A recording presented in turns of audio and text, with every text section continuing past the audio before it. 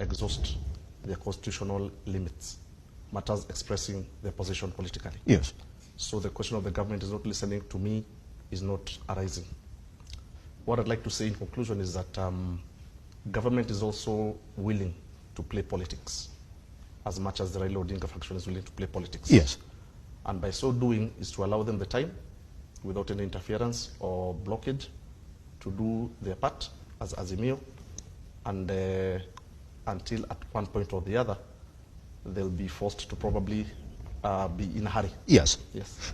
When you say that the government has not said we're not going to listen, the government has not said no to any suggestion that the Azimio coalition has for them, the Azimio coalition is saying, well, they're not saying no, but the environment they're creating is essentially a no environment.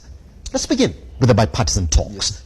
They gave their demands. They said, well, here's the thing. Yes. Do not go ahead to implement the Finance Act 2023 because it's part and parcel of whatever it is that we're going to talk about that negotiating table. In fact, it was number one, the cost of living. But they went right ahead and implemented it. That's why they're saying, well, you're creating an environment where we're saying, well, we have no way to reach you. Now, Elijah. Yes.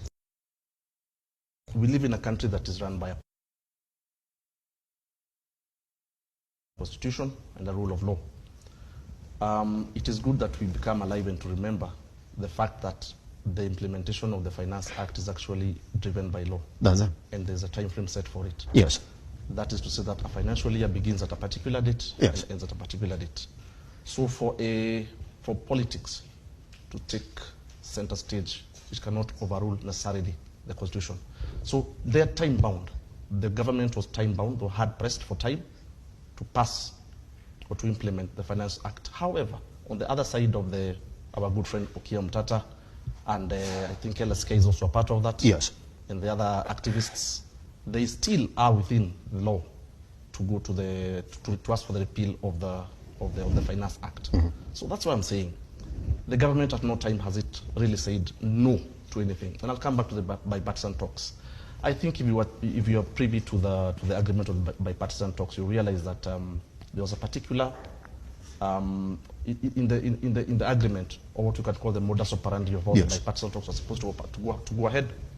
There was a particular clause, I think it was clause 37, that said that should both parties not quite get to an agreement, both co-chairs would meet and identify the issues, all right, so that the talks can resume. You'll realize that on the side of Azimio, they've all but together pulled out. I was surprised to see Otiende Omolo, who's a co-chair on the side of Azimio, saying we're no longer interested. We are just going to send lawyers there and then they're going to say what they have to say on our behalf. Yes. But you see on the part of saying that we asked for bipartisan talks, yes, they were rejected.